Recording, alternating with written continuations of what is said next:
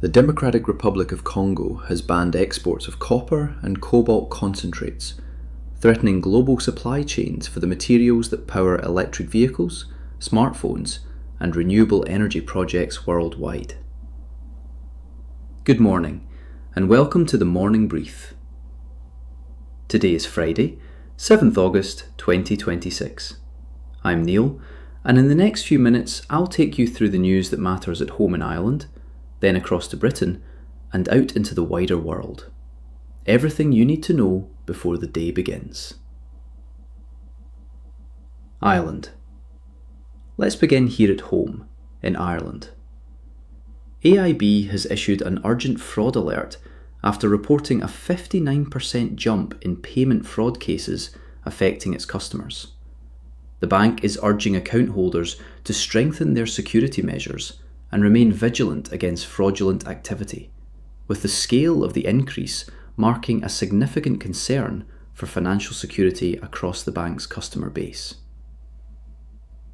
For Ireland, this matters because thousands of AIB customers need to take immediate steps to protect their accounts and money, strengthening passwords, watching for suspicious transactions, and contacting the bank if anything looks out of place. The Irish government is launching a campaign to educate the public about harmful online movements and ideologies circulating on social media. The initiative is aimed at protecting citizens, particularly young people, from dangerous online influences and radicalisation risks in spaces where extremist ideas can spread quickly and unchecked. Here at home, that means families and educators will have access to information about recognising warning signs when young people are being drawn into these movements online. Taoiseach Micheál Martin has defended the government's purchase of a new jet for official use, addressing questions about its equipment and specifications. The aircraft is undergoing maintenance abroad due to a lack of Irish repair facilities, raising questions about the investment and its long-term operational requirements. Closer to home, this is a significant public expenditure decision that citizens are entitled to understand: the cost, the reasoning, and whether the government has the infrastructure in place to support the asset it has purchased. UK. Now, across the Irish Sea to the UK, Flá Ceol na hÉireann, Ireland's premier traditional music festival, is being hosted in Belfast for the first time, running from August 2nd to 9th, and is projected to deliver over £53 million in economic benefit to the city. The event represents a landmark moment for cross-border cultural and economic collaboration, drawing musicians, artists, and visitors from across the island and beyond. This matters to Ireland because it showcases the depth of Irish cultural impact in Northern Ireland and demonstrates how successful cross-border projects can generate substantial economic activity while reinforcing cultural ties during a period of political uncertainty. The UK Conservative Party has pledged to restrict social housing entitlements for foreign nationals, claiming the policy would make around 230,000 homes available under their plan. The announcement represents a significant shift in social housing eligibility criteria and reflects broader debates about welfare access and residency rights across the UK. Why does this matter on this side of the Irish Sea? Because Irish nationals living in the UK could be affected by changes to social housing eligibility, and the policy signals how UK authorities may reshape residency and welfare rules that could influence future UK-Ireland arrangements. Anti-immigration protests in the Norfolk market town of Thetford have resulted in further arrests as unrest continues for a third consecutive night, with homes believed to belong to asylum seekers targeted and police officers injured while intervening. The escalating disorder underscores deepening societal divisions over migration and asylum policy across British communities. And the Irish angle? Rising anti-immigration tensions in the UK reflect broader divisions that could affect Irish nationals living there and demonstrate how migration anxieties are creating instability across British society. World. And finally, out into the wider world. Budget airline EasyJet has been acquired by a US private equity firm for €6.6 billion, marking a major consolidation in European aviation. The takeover raises significant questions about future route planning, pricing, and service standards across European networks, with potential implications for how the airline operates in the years ahead. For anyone in Dublin, Cork, or Galway, the practical impact is straightforward.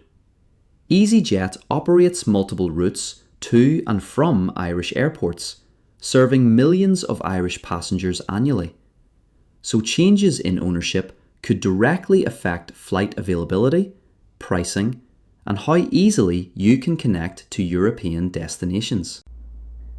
The US has implemented a 15% tariff on critical chip materials as part of broader efforts to counter Chinese competition in the semiconductor industry. The protectionist move is expected to ripple through global tech supply chains and could drive up costs for manufacturers worldwide. The knock-on effect for Irish households? The country hosts major US tech companies and EU semiconductor manufacturers, so US tariffs on key materials could increase costs for Irish tech firms and affect the competitiveness of European chip makers that Irish exporters depend on. Shipping industry sources have rejected a proposed deal to secure safe passage through the Strait of Hormuz, citing operational and commercial unfeasibility. The strait handles roughly 20% of global oil trade, and continued instability there threatens shipping routes and energy prices across the world. Here at home, that means continued uncertainty in the Strait of Hormuz could drive up oil and energy prices, affecting Irish households and businesses. Ireland's import-dependent economy relies on stable global shipping routes, and Middle East maritime security directly shapes what you pay for fuel and heating. The Democratic Republic of Congo has implemented an official ban on exporting copper and cobalt concentrates, potentially disrupting global supply chains for these critical minerals. The move could significantly impact prices and availability of materials essential for electric vehicle production, battery manufacturing, and renewable energy projects worldwide. For Ireland, this matters because Irish manufacturers and exporters dependent on copper and cobalt for electronics, batteries, and renewable energy infrastructure face potential supply constraints and price increases. And Ireland's clean energy goals rely on stable access to these materials. A lot moving this morning.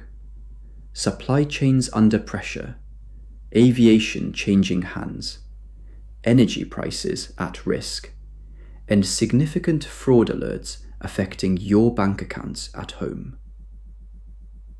And that's the morning brief for today. Whatever the day brings, take it steady.